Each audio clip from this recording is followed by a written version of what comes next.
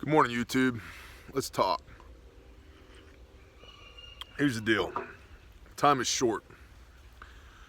I was just at an awesome assembly yesterday, worshiping with some like-minded individuals, and praise the Father that we can still do that in this country. And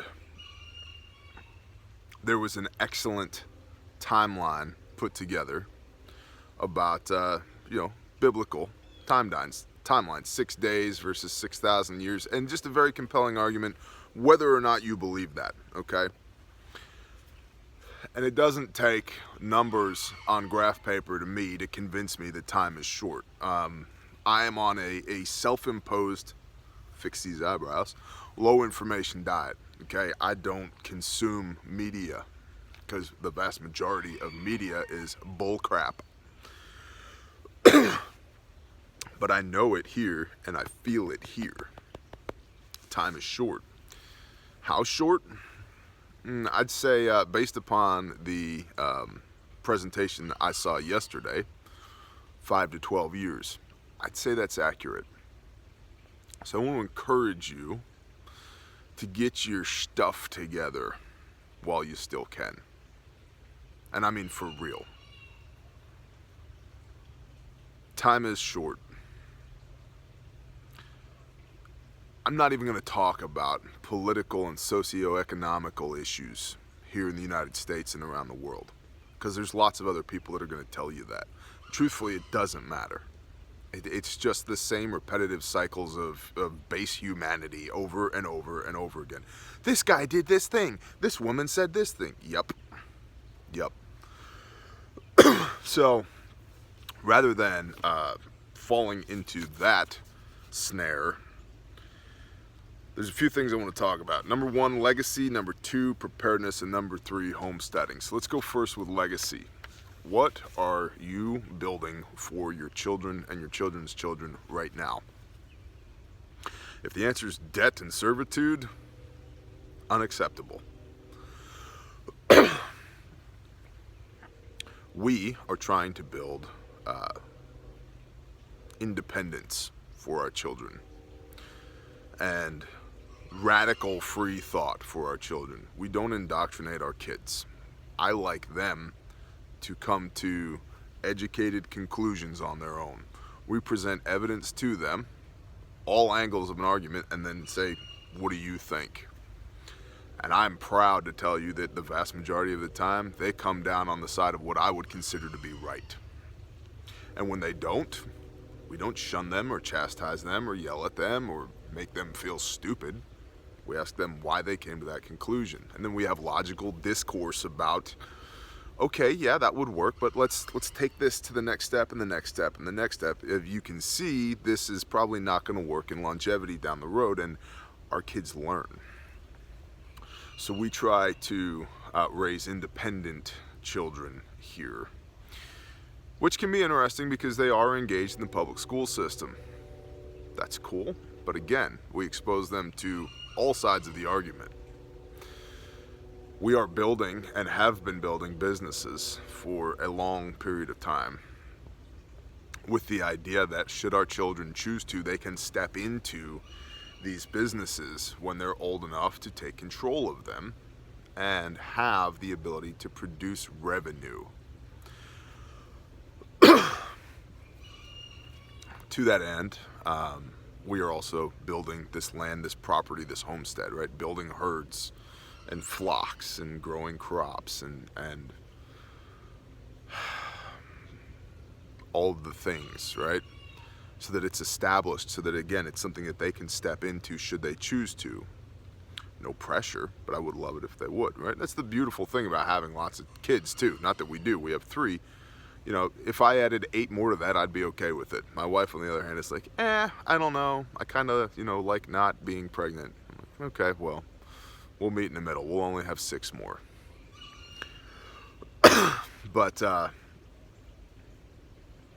and for the guy who thinks that I make my voice sound like this all the time, this is when I'm faking my voice. This is my normal speaking voice. You're welcome. So,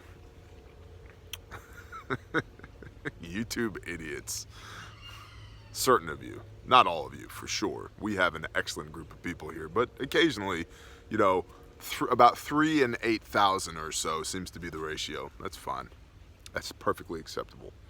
So we're building legacy for our children, that they have something to step into that's, you know, a leg up for them, that they can stand on the shoulders of us while we stand on the shoulders of the giants who came before us, right? So that everybody moves forward just a little bit, and that they have a leg up going into the future. Not so much of a leg up that it invalidates any effort that they might make. You know, these are not trust fund babies that we're talking about here.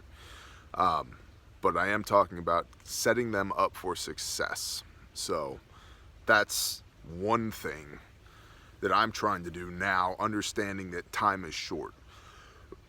Because resources, revenue, right? Those things, the metrics of the game might change, but the game stays the same. People still need to eat. Excuse me. People still need to eat. People still need shelter. They need protection. They need love. People stay the same. The game stays the same. It's just the way that the game is played may change. Probably will change. But instead of using dollars to buy chickens, we'll just trade chickens. Or you split some wood and I'll give you half a lamb or whatever, right? Like, the game stays the same. And so we're building these things, these systems of commodities and production and consumption of commodities now while we can, so that when the balloon goes up, we'll be better suited to weather the storm, and our kids will have something to step into when we're dead and gone. And so that's the legacy aspect of it. The preparedness aspect of it, gosh, excuse me. The preparedness aspect of it is, we kind of just touched on it. Time is short. I don't know how much more time we have in the fat years to prepare for the lean years. But I do know I can read in the end of Genesis the story of Joseph and make clear parallels from then to now. I feel convicted to put up literal tons of food, and to literally grow my flocks and my herds, and to get our crops going, and to get a greenhouse up here. We just stepped onto this homestead in the springtime, and it's now winter. We haven't been here that long, and everything needs to get done. Everything's in disrepair.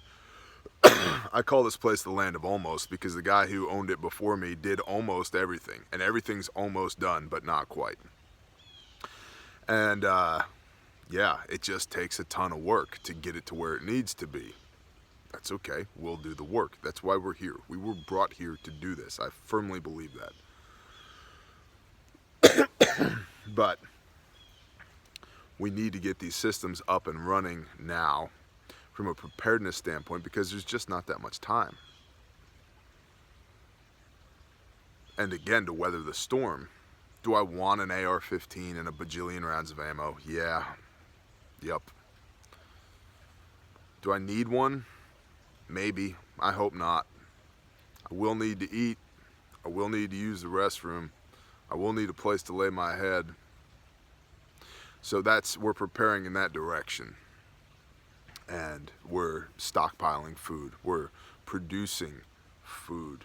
We're setting the stage for a big agricultural production mechanism here on this property, that we can utilize as much of this property as possible to create outputs, then capture the byproducts of those outputs to recreate inputs back into the system and feed the loop in as much of a self-sustaining loop as possible, so that the system requires as little effort and input from us.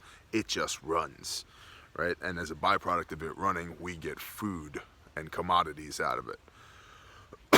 So, and I mean, that in of itself touches on the homesteading aspect of what I wanted to talk about. They're all pretty much intertwined. The legacy, the preparedness, and the homesteading. That the concept here is to be self-reliant. I don't want to live alone. I love my community, I love my people, and I'm amazed by the people that the Most High brings into my life daily. I'm blown away by it. So it's not a lone wolf mentality, but it's that we can produce as much of what we need as possible, as compared to having to constantly buy or source things from outside of what we can control. So the more ownership we take of producing our own inputs and utilizing our own outputs, the more independent from the system we get. So when the system goes away, the less of an impact it has on us. Now that's a lofty goal, but that's my goal. That's my goal.